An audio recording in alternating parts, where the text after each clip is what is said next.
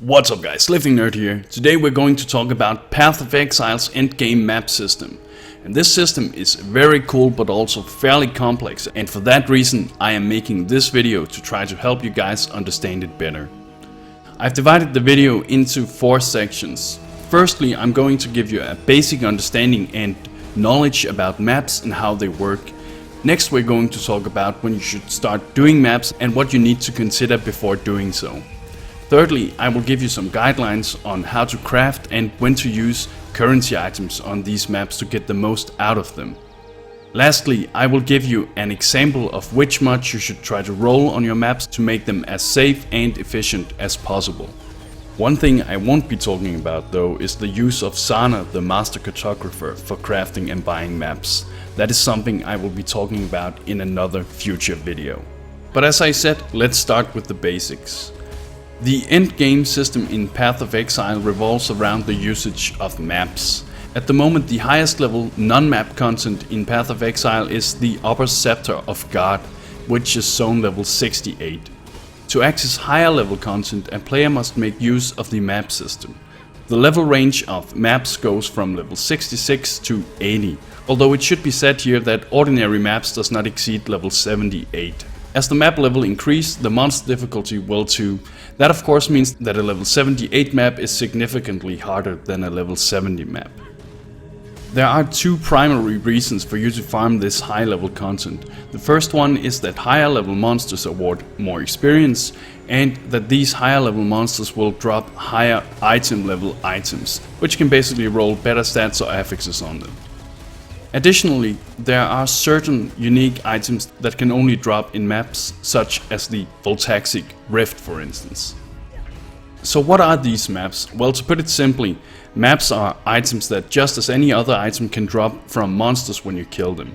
And just as these other items, maps can be either blue, magic, yellow or rare, and even unique. They are however normally found as plain white normal items. It should be noted that maps will only drop from monsters above level 60. To use these maps you'll have to go to the Eternal Laboratory, which is connected to the Solaris Temple level 2. In here there's a map device, and by putting the map into this machine and pressing activate, 6 portals will spawn, all leading to the same area. Every time you enter the map through the portal will disappear, and that basically means that you can go back and forth to town 6 times. After that there will be no more portals and you can no longer access the map, so try to be as efficient with your inventory management as possible when running maps. Because maps function just as any other item, that also means that you can use your currency items on them to try and craft a better map. By crafting these maps and adding additional affixes to it, the difficulty of the map will increase, and you probably ask yourself, why is that a good thing? Well, to put it simply, the harder and more affixes you roll on a map, the higher item quantity the map is going to have, and that of course just means that more items are going to drop. A rare map can provide significantly higher item quantity compared to a white or blue map, as the rare map will be able to roll more affixes or stats, thus making the map much more challenging. The most common usage for crafting maps is to take a normal white map, use an orb of transmutation to turn it magical, and then use orbs of alteration and augmentation until the desired rolls are reached. However, using cartographer's chisels to improve the quality and then turning a map into a rare map by using an alchemy orb and then after that using a chaos orb to roll the affixes is not an uncommon practice either. The use of alchemy orbs, chisels, chaos orbs and even exalted orbs is of course not something one should attempt on low level maps, as they simply aren't worth it. You should save that for the really good high level maps, and yes, you heard me right guys, people do actually use exalted orbs on maps. Keep in mind that anytime you use a currency item to craft a map, you do this because you think that the map, because of the increased quantity, will provide you with items that is either worth the same or more than the amount of currency you invested into the map. But we'll talk more about crafting maps later on in the video. So now that we have the basics out of the way, let's briefly talk about when you should start running maps.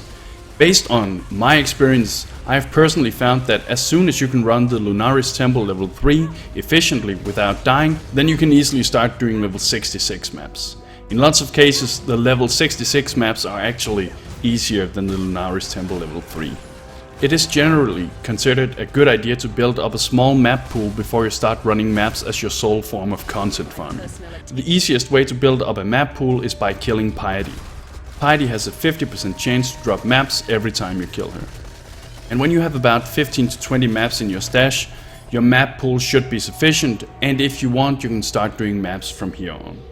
Remember that trading 3 types of the same map to the vendor will grant you a map that is 1 level or 1 tier higher. For instance, trading 3 66 maps of the same type will give you 1 level 67 map in return. The type of map you get in return depends on the type of map you offered the vendor. Some people consider it a waste of time running level 66 and level 67 maps, as you can access the level 67 areas, the catacombs and the library, and farm those instead. There's no right or wrong answer here. If you want to farm the catacombs or the library, go ahead and do that. If you want to farm the level 66 and 67 maps, then do that. I personally like farming 66 and 67 maps for the change of scenery. Alright, so now that you know when to start mapping, I think we should talk about what kind of currency items you should use to craft these maps and when to use them. So, any map between level 66 and 73 should be transmuted and turned into a magic map. If the map only rolls with 1 prefix, then you can, if you want to, use an orb of augmentation to add a suffix. The more affixes on the map, the more quantity it is going to yield. To roll different prefixes and suffixes, you can then use an orb of alteration until you reach the desired affixes for the map. And this is a very common practice for low level maps. You don't have to craft these maps, and you can instead just run them as regular white maps. I wouldn't recommend this though.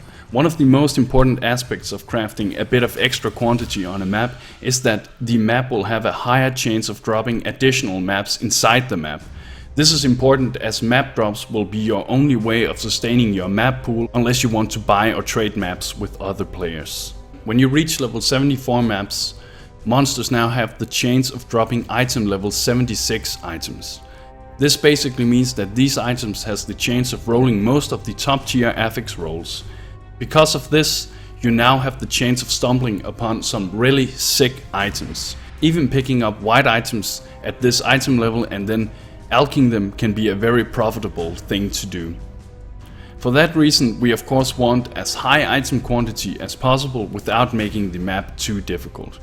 And the general practice here is to take a level 74 or higher level map, then use 4 cartographer's chisels on it so that it reaches 20% quality.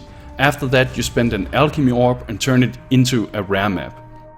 If you aren't satisfied with the rolls on the map, you can then use a chaos orb to re-roll the map until you are satisfied and get some good rolls. Another way to do this is to once again pick a level 74 or higher level map, then use 4 chisels again to get 20 quality, and then instead of using an alchemy orb, you will use a transmutation orb along with alteration and augmentation orbs until you roll 1 good prefix and 1 good suffix. After that, you can then use a regal orb and hope for 4 other good rolls as the map is turned into a rare map. By using these 2 methods, you're going to get a lot of additional item quantity for your maps. It is of course not cheap to do this, and in almost any case it is of huge benefit of running these high level maps in groups. In groups you will often share the expenses or take turns crafting these maps, which of course makes it significantly cheaper than if you had to do it by yourself. Doing this as a solo player is viable, but the cost is not always worth it, so keep that in mind. If you don't want to spend alchemy, chaos or regal orbs on these maps as a solo player, you can instead just keep using the previous method of turning the map into a magic map and then augment and alterate the map until you get the desired rolls. You don't have to craft the map into a rare map. A magic map is still a viable option, even for these high level maps. Using chisels before you transmute the map can be a good idea as well if you have enough of them. It is important to note that every time you decide to use a cartographer's chisel on a map, then you need to do it before you either turn it magic or rare. Otherwise you won't get as much quality per chisel, and it will cost you more of these to reach 20% quality. So now that we have talked about the methods of crafting additional affixes onto the map, let's talk about which affixes you should try to roll on your maps. As mentioned earlier in the video, when you roll affixes onto a map, you increase the difficulty of the map. This is done by two mechanisms. The first is by making the map and its content harder. The second is by making your character weaker. And there's 31 different prefixes and 21 suffixes a map can roll. In this section we're going to talk about which prefix and suffixes are the best ones to roll on a map and which ones you should try to avoid. One thing to note here is that some builds of course handle various affixes better than others, so what you might consider easy for your build might be hard for a different build. A good example of this is if a map rolls the suffix, players have blood magic, but I will explain that later. You should know that a blue magic map can roll one prefix and one suffix. A rare yellow map can roll 3 prefixes and 3 suffixes. And that of course means that a rare map has a higher potential to roll high quantity bonuses. When I roll a map, I always try to get at least one of 3 certain prefixes. And these are called anarchic, twinned or antagonists. And the anarchic prefix spawns either 1 or 2 additional exiles for us to kill in the map. And this means more loot, and it will add 15% increased quantity to the map. In most cases exiles are fairly easy to deal with, but one should of course always be careful as there are some dangerous variants among them. The same basically goes for the twin prefix I mentioned. This prefix will result in the map having an additional zone boss of the same type spawning in the map. It will only give you 6% increased quantity, but the bosses often drop lots of loot on their own to make up for this. One should of course be very careful with this prefix as some of the map monsters can be quite dangerous. The antagonist mod can also be a very nice prefix to roll, and the reason for this is that it will give you 12% increased additional item quantity, but more importantly, rare monsters will spawn with a nemesis mod. This gives us the chance of finding a monster with the inner treasure mod, and this mod basically guarantees a unique item drop from that monster. Pretty cool. All of these 3 prefixes are fairly easy to deal with if you know what to do, and they do provide a moderate increase to item quantity. So now let's talk about suffixes. And once again, remember that a magic item can have 1 prefix and 1 suffix, a rare item can have 3 of both. For suffixes, I personally find the of champions, of commanders and the of hordes to be the best and most bountiful. The of champions mod will grant us 20 to 50% more magic monsters spawning in the map. Magic monsters, or blues as some call them, will not only give us more experience, they can also drop items that is 1 level higher than the zone level. For instance, a level 75 magic monster may drop an item of item level 76. And the same goes for the of commanders suffix. But instead of granting extra magic monsters, this mod will give you a 20 to 50% more rare monsters spawning in the map. And rare monsters will also grant you extra experience, and they can drop items that are 2 levels above the zone level. The of hordes suffix basically increases the total amount of monster pack size by either 20 to 50%. And more monsters means more experience and more item drops. While none of these 3 suffix mods provides much quantity, they do in my opinion make up for it by providing the other benefits such as more experience and higher item level drops. One could also argue that because of the extra spawns of both magic, rare and normal mobs, more items are going to drop, thus making up for the low quantity. If you're rolling a blue map, then you can of course only have 1 of each prefix and suffix.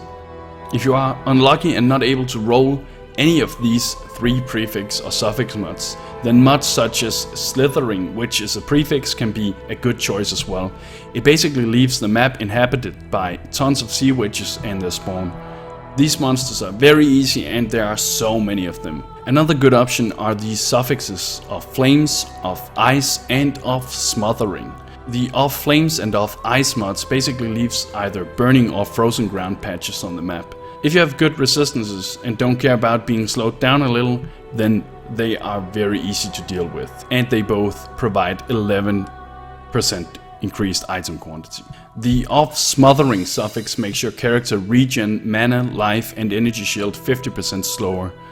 And this suffix can be a little harder to deal with, but it is by no means impossible, and it provides a nice 20% increased quantity of items dropped in the map. And as I said, there are lots of other prefixes and suffixes you can roll, but these are the ones that I consider the safest and most bountiful for almost any build. There is a few map affixes I would recommend for you guys to avoid, as these can be either really dangerous or incredibly tedious to deal with. And the first of these is the of exposure mod.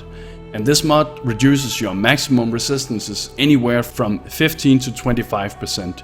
If the map rolls 20%, that means that a character with 75% in all resistances will now have 55% maximum resistances, even if your resistances are overcapped. Low resistances is a sure way to get yourself killed in high level content. For that reason, I really suggest avoiding this mod unless you have a very specific reason not to. The next mod you should avoid is the off fracturing mod. And this mod is both dangerous and incredibly annoying to complete. When killing a mob, it will upon death fracture and split into 8 to 12 lesser mobs of the same type. This can of course be really dangerous if the monster has a certain dangerous mechanic, as there will now be 8 to 12 more of them after you have killed it. The third mod I would advise against rolling is very build dependent. It is the off Hemomancy mod. The mod will grant players blood magic, and this is of course great if you're already running blood magic, as you will then get 25% increased quantity for free without any disadvantages. But any character that isn't running blood magic normally and instead uses auras will find themselves with a lot of life reserve as they enter the map. In this situation you can of course just turn off your auras, but that will in most cases work really bad for lots of builds. The next mod you should be careful with is the off stasis mod. And this mod makes you unable to regenerate life or mana, and that means that you constantly have to rely on your flasks for life and mana. And while that may not sound too bad, trust me guys, having no regen for both mana and life sucks. It should be noted that energy shield based characters will still be able to regenerate energy shield with this mod. The last mod I would advise against is the off temporal chains. How can I put this? Temporal chains suck. Temporal chains will slow down your character's movement, attack and cast speed. Clearing a map that usually takes 5 minutes can easily take you 20 minutes with this mod inflicted upon you. Don't ever try running a map with this suffix unless you want to die of boredom. A flask of warding does not remove the curse temporarily. Alright, so we're nearing the end of the guide guys. But before we stop, here's a little bonus information for you. If you put an unidentified map in the map activation device, you will gain 30% increased item quantity. However, as you enter the map, you will not be able to see which affixes the map rolled. Some of these can of course easily be identified. For instance, if you see patches of burning ground, then that is probably one of the mods that the map rolled. Another thing to know is that if you place any of the wall fragments along with the map you want to run, you'll gain 5% increased item quantity for that map. If you place a wall fragment without a map in the machine, it will instead open up 6 portals leading to a corrupted zone. The level of the corrupted zone will depend on the fragment used. And that is it guys. I know this is a lot of information to take in, but still I hope you guys learned something. If you feel like I've left out some information you would like to have seen mentioned in the video, please let me know in the comments. I am sure a lot of people, including myself, will appreciate that. Thank you for watching, and bros, do you even nerd?